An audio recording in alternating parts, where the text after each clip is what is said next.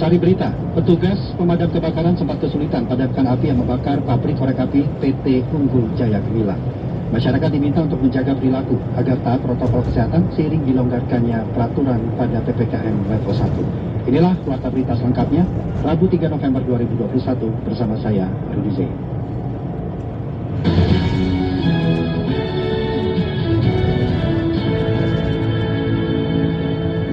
Mengawali warta berita pagi ini, kami sampaikan sekilas berita.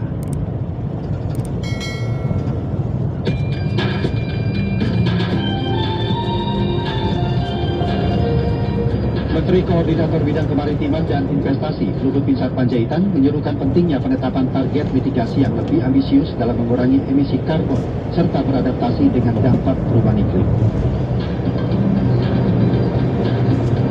PT PLN Persero mendapat dukungan Bank Pembangunan Asia atau Asian Development Bank atau ADB untuk mengurangi emisi karbon yang dihasilkan pembangkit listrik berbahan bakar batu bara.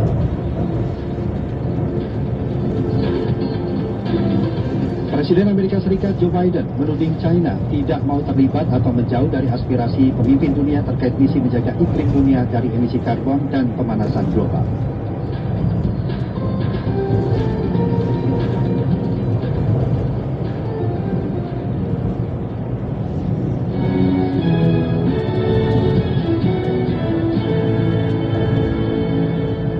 Petugas pemadam kebakaran sempat kesulitan memadamkan api yang membakar pabrik korek api PT Unggul Jaya Gemilang, Blok CC, Sungai Turi, Kecamatan Paku Haji, Kabupaten Tangerang, Banten. Laporan selengkapnya disampaikan oleh Saadatul Darai. Membakar pabrik korek api, kalau boleh tahu sudah berapa jam ini api? Ya, ini kebakaran terjadi sekitar setengah 4 ya. Kebakaran pabrik korek api gas merek N20 milik PT Unggul Jaya Gemilang di Blok CC, Sungai Turi, Kecamatan Paku Haji, Kabupaten Tangerang, Banten berlangsung hingga Rabu dini hari. Sejatinya, amukan si jago merah terjadi sejak Selasa 2 November 2021 sekitar pukul 15.40 waktu Indonesia Barat dan terus berkobar membesar dan sulit dipadamkan. Sejumlah kendala dialami petugas pemadam kebakaran. Salah satunya adalah lokasi kebakaran dengan sumber air yang letaknya terpaut sangat jauh, yang jaraknya sekitar 1 km antara titik api. Selain itu, produksi pabrik yang merupakan korek api gas merupakan bahan yang mudah terbakar. Saat petugas pemadaman kebakaran melakukan laporan kebakaran, api sudah besar menyebar ke 2 gudang yang luasnya mencapai 1 hektar tersebut. Saat awal kejadian, angin besar dan kencang hingga menambah kesulitan para petugas yang jumlahnya 40 personil dengan 7 unit mobil pemadam kebakaran. Komandan Pos Damkar Sepatan yang melakukan pemadaman, Husni, mengatakan pihaknya memastikan saat ini tidak ada korban jiwa dan peristiwa kebakaran pabrik korek api gas merek M20 tersebut tidak dapat dilakukan pemadaman statis karena kendala jauhnya sumber air. Habis kebakaran padam.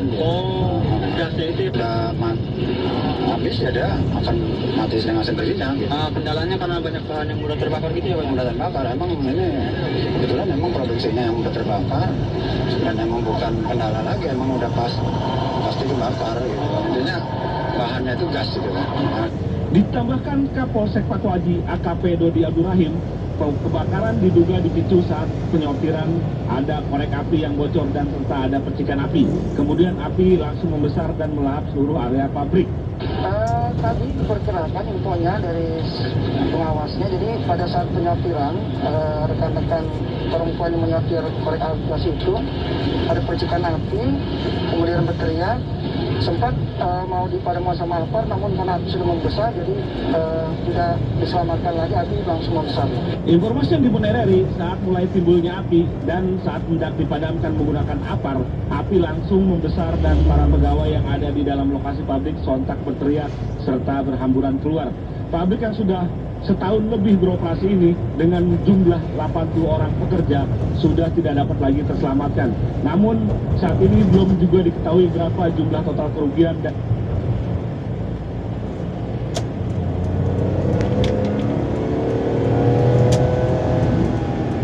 apakah insiden ini menelan korban jiwa. Demikian Saadatul Darai, Pro 3 RRI.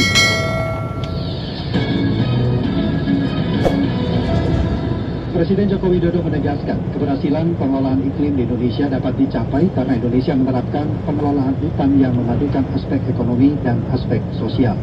Dalam acara World Leaders Summit on Forest and Land Use di Glasgow, Skotlandia, dan di hadapan para pemimpin dunia, Kepala Negara menjelaskan program perhutanan sosial dibuat agar konservasi hutan disertai terciptanya penghidupan bagi masyarakat sekitar.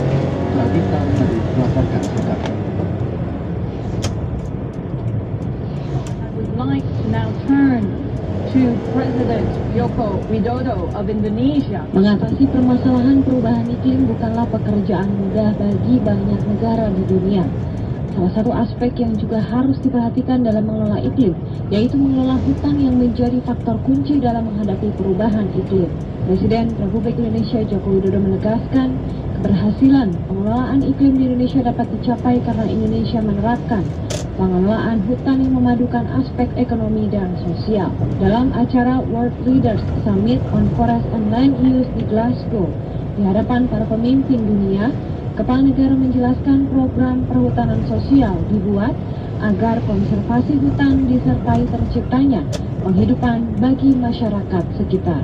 Keberhasilan ini dicapai karena Indonesia menempatkan aksi iklim dalam konteks pembangunan yang berkelanjutan. Dan kebijakan pengelolaan hutan berkelanjutan harus memadukan pertimbangan lingkungan dengan ekonomi dan sosial. Kemitraan dengan masyarakat juga diutamakan. Program perhutanan sosial dibuat agar konservasi hutan disertai terciptanya penghidupan bagi masyarakat sekitar. Hal ini penting karena 34% dari seluruh desa di Indonesia berada di perbatasan atau di dalam hutan kawasan. Sementara itu, Perdana Menteri Inggris Boris Johnson dalam kesempatan yang sama mengatakan bahwa untuk tetap mempertahankan suhu bumi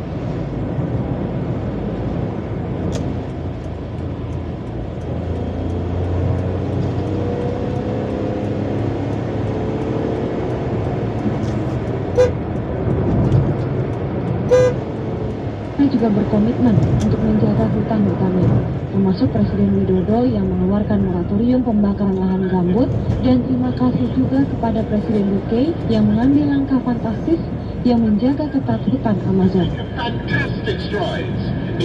Untuk diketahui, angka 1,5 derajat Celcius diraih dari persetujuan iklim Paris yang ditandatangani tahun 2015 lalu. Perjanjian tersebut, yang juga dikenal sebagai Paris Accord, merupakan rencana kemanusiaan untuk menghindari bencana alam. Dalam Paris Accord disebut jika pemanasan global sudah melebihi 1,5 derajat Celcius atau melebihi panas suhu era praindustri, maka akan terjadi banyak perubahan di planet yang tidak dapat dihindari. Demikian Radita Rahadi, Pro 3 RRI. Beralih ke informasi lainnya, KPK mencatat para pelaku ekonomi dan kalangan swasta menduduki peringkat pertama tindak pidana korupsi di dalam praktek-praktek korupsi. Berikut kami hadirkan laporan Fitra Maria. Bapak Komjen Pol Dr. Andes Firly Bahuri MSI, kepada Bapak kami persilakan. Kasus suap di tanah air masih banyak ditemui. Ketua KPK Firly Bahuri mengatakan hampir di setiap kasus korupsi yang ditangani KPK melibatkan pelaku ekonomi. Itu sebabnya belum lama ini KPK membentuk Direktorat Anti Korupsi Badan Usaha. Firly menjelaskan Direktorat Anti Korupsi Badan Usaha dibentuk setelah Undang-Undang KPK yang baru. Tujuannya untuk mencegah terjadinya praktek korupsi yang melibatkan para pelaku ekonomi. Kenapa ini menjadi penting? Direktorat Anti Korupsi Badan Usaha kami bentuk karena niatannya adalah begitu banyak kalangan swasta, pelaku ekonomi yang terlibat di dalam praktek-praktek korupsi. Karena menduduki peringkat pertama tindak pidana korupsi dilakukan dan melibatkan para kalangan swasta dan pelaku ekonomi. Itulah keinginan kita, bagaimana kita bisa mencegah supaya rekan-rekan anak bangsa, pelaku usaha yang telah memberikan andil besar untuk kemajuan masyarakat, kemajuan bangsa kita, kemajuan sejahtera umum, tidak terlibat dengan praktek-praktek korupsi. Dalam pernyataannya secara daring, Firly merinci Direktorat Anti Korupsi Badan Usaha memiliki 6 sektor perhatian. Ke-6 sektor perhatian itu bergerak di bidang kesehatan, infrastruktur, minyak dan gas, kehutanan, pangan, serta keuangan. Dalam kesempatan itu, Firly mengajak kepada para pelaku ekonomi untuk menjauhi segala bentuk praktik korupsi termasuk di sektor infrastruktur dan perumahan. Karena menurutnya, kedua sektor itu memberikan andil besar terhadap pertumbuhan ekonomi di Indonesia. Sektor infrastruktur dan perumahan memberikan andil besar ekonomi. Tidak hanya sekedar pertumbuhan ekonomi, tetapi juga telah membangkitkan setidaknya 100 tempat industri yang berpeluang dengan sektor perumahan dan infrastruktur. Kami juga berharap kepada para pemangku kepentingan, kepala daerah untuk tidak mempersulit izin usaha. Dalam kesempatan yang sama, Menteri Pekerjaan Umum dan Perumahan Rakyat Basuki Hadimulyono mengatakan penyediaan perumahan memang menjadi masalah yang berlarut-larut. Untuk itu, pemerintah terus mencari solusi lewat kebijakan-kebijakan yang diterbitkan melalui undang-undang. Untuk pemerintah daerah terus kiranya segera menyederhanakan prosedur dan mempercepat penyiapan instrumen reformasi perizinan yang diperlukan seperti peraturan daerah Perda tentang bangunan gedung, Perda tentang retribusi, dan lain sebagainya. Sebagai pengguna, masyarakat perlu untuk segera beradaptasi dengan sistem yang baru agar sistem reformasi perizinan tersebut dapat dimanfaatkan secara tepat dan optimal. Upaya yang lain dalam rangka reformasi perizinan adalah percepatan transformasi digital untuk peningkatan pelayanan dan transparansi, serta mengurangi intensitas berkumpulnya orang yang berpotensi menimbulkan moral hazard tindak pidana korupsi di sektor perumahan. Salah satunya adalah mengganti aturan izin membangun bangunan (IMB) dengan sistem informasi manajemen bangunan gedung atau yang biasa disebut SIMBG. Basuki berharap dengan hadirnya program SIMBG ini dapat menarik perhatian pengembang untuk berinvestasi di sektor perumahan dan mengikis praktek korupsi di sektor infrastruktur juga perumahan. Dari Jakarta, Fitra Maria, Pro 3, RRI. 26,4 juta anak usia 6 hingga 11 tahun ditargetkan mendapatkan vaksinasi COVID-19. Pelaksananya akan dilakukan setelah cakupan vaksinasi dosis pertama secara nasional telah mencapai 70%. Kami hadirkan untuk Anda laporan Safira Hamilik. Nantinya, target vaksinasi pada anak menyentuh sekitar... Pemerintah menargetkan 26,4 juta anak usia 6 hingga 11 tahun mendapatkan vaksinasi COVID-19. Juru bicara Satgas Penanganan COVID-19, Wiku Adhisa Smito mengatakan, vaksinasi anak nantinya dilakukan setelah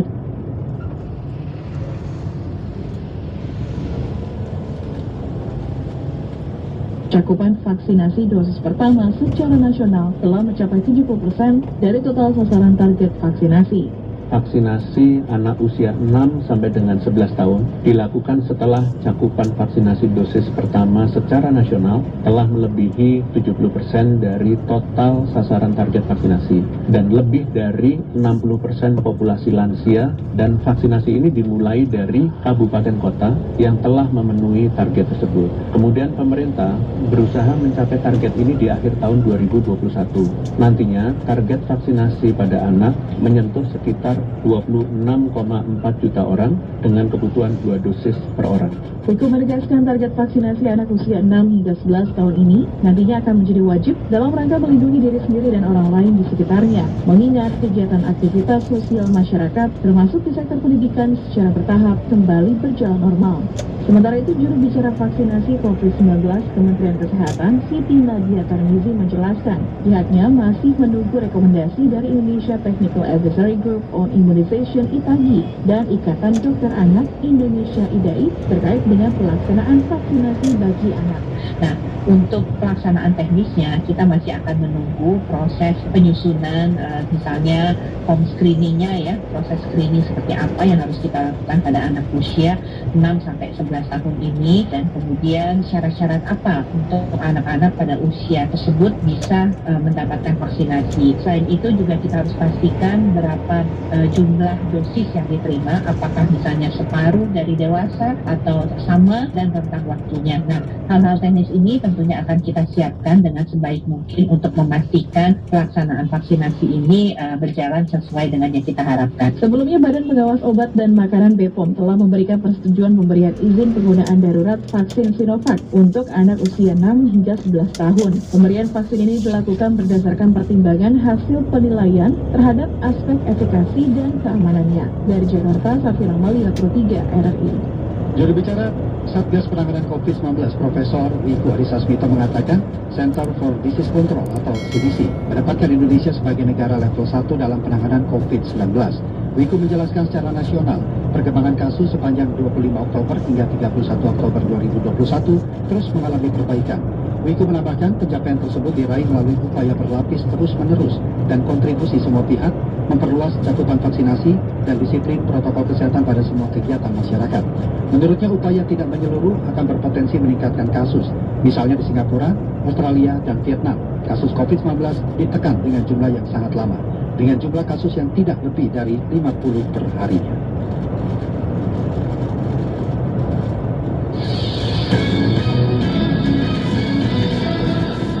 Terima kasih Anda masih menyimak Warta Berita Produksi Pusat Pemberitaan Programa 3 Radio Republik Indonesia.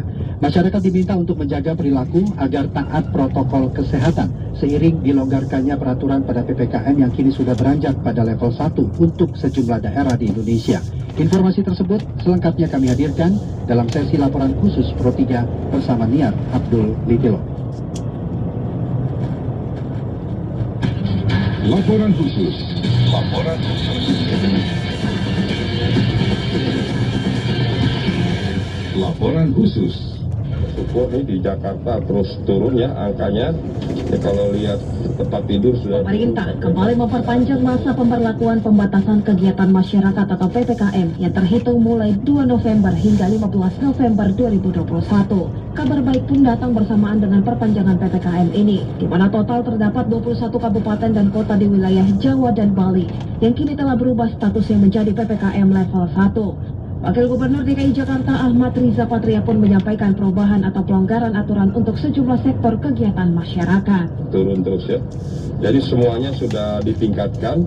Non esensial ini di PM1 sudah 75% ya. Perkantoran itu untuk keuangan itu sampai 100%, kegiatan makan minum di tempat ya sampai jam 22 yang sebelumnya jam 21, maksimum makan diberi kesempatan yang tadinya 50% sekarang boleh di 75%, dan banyak lagi lain-lainnya juga di mall kapasitasnya juga bisa dimaksimalkan sampai 100% dan jam operasional sampai di jam 22 ya. Anak di bawah usia 12 tahun sudah diperbolehkan. Menanggapi penurunan level PPKM di sejumlah daerah di tanah air, juru bicara Satgas COVID-19 Pengurus Besar Ikatan Dokter Indonesia PBID, Dr. Erlina Burhan menyebut, perubahan ini harus diiringi dengan kesadaran masyarakat untuk tetap disiplin menjaga protokol kesehatan. Karena bagi Erlina, mencegah penularan bukan hanya penting bagi diri sendiri, namun juga untuk melindungi orang lain. Dikatakan bahwa jangan euforia dan tetap menjaga protokol kesehatan, jangan sampai lengah, jangan sampai kendor, karena kita sudah cukup mengalami penderitaan waktu bulan Juli dan sampai Oktober lalu, sampai September angkanya tinggi, bukan saja rumah sakit yang mengalami overload, tapi juga masyarakat menderita. Banyak orang yang tidak kebagian rumah sakit, kekurangan oksigen, banyak angka yang meninggal. Nah, belajarlah dari hal itu, jangan kita ulangi lagi. Oleh sebab itu, disiplinlah dengan protokol kesehatan. Walaupun kita memang sekarang dilonggarkan, levelnya diturunkan, tapi kita juga wajib menjaga diri, jangan sampai sakit. Kepala Bidang Perubahan Perilaku Masyarakat Satgas COVID-19 Sony Hari Harmadi menuturkan, beberapa langkah dapat dilakukan untuk tetap mengendalikan jumlah kasus penularan COVID-19 meski kegiatan masyarakat di area publik mengalami peningkatan.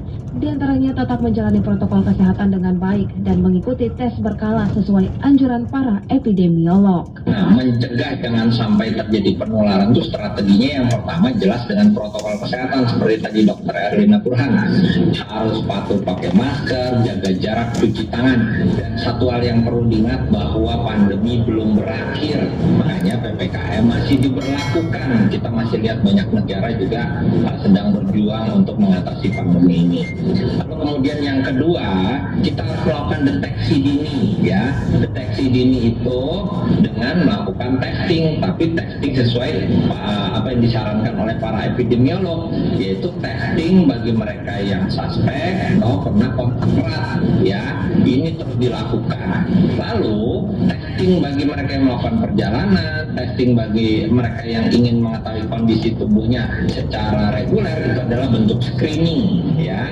Screening untuk mengetahui bagaimana kondisi kesehatan tubuhnya.